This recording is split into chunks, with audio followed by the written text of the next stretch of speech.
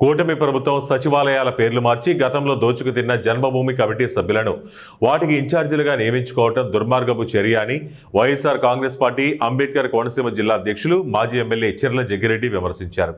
కోనసీమ జిల్లా వైసీపీ అధ్యక్షుడు చిర్ల జగ్గిరెడ్డి రావులపాలెంలోని వైసీపీ కార్యాలయంలో మీడియా సమావేశం నిర్వహించారు.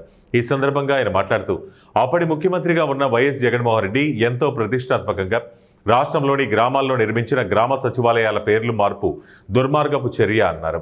ఒక్క సచివాలయాల పేర్లు మార్పు మాత్రమే కాకుండా జగన్మోహన్ రెడ్డి ప్రవేశపెట్టిన దాదాపు అన్ని పథకాలకు పేర్లు మార్చి చంద్రబాబు ప్రభుత్వం అమలు చేస్తోందని తెలిపారు. ముఖ్యమంత్రి చంద్రబాబు నాయుడు తుఫాన్ల వంటి ప్రకృతి వైపరీత్యాలను ప్రచార ఆర్భాటాలకు మాత్రమే వాడుకుంటూ రైతులకు మత్స్యకారులకు చేసిందేమీ లేదని విమర్శించారు.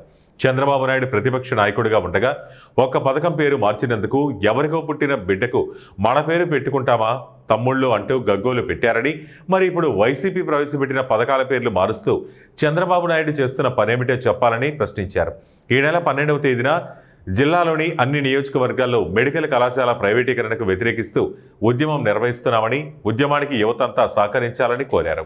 అందరూ కలిపి 12 మెడికల్ కాలేజీలు తెస్తే ఒక్క జగన్మోహన్ గారు 17 మెడికల్ కాలేజీలు తెచ్చి అవి పూర్తయి వివిధ దశల్లో ఉంటే ఈ రోజున మీరు వాటిని నమ్మేటువంటి కార్యక్రమం చేస్తున్నారు.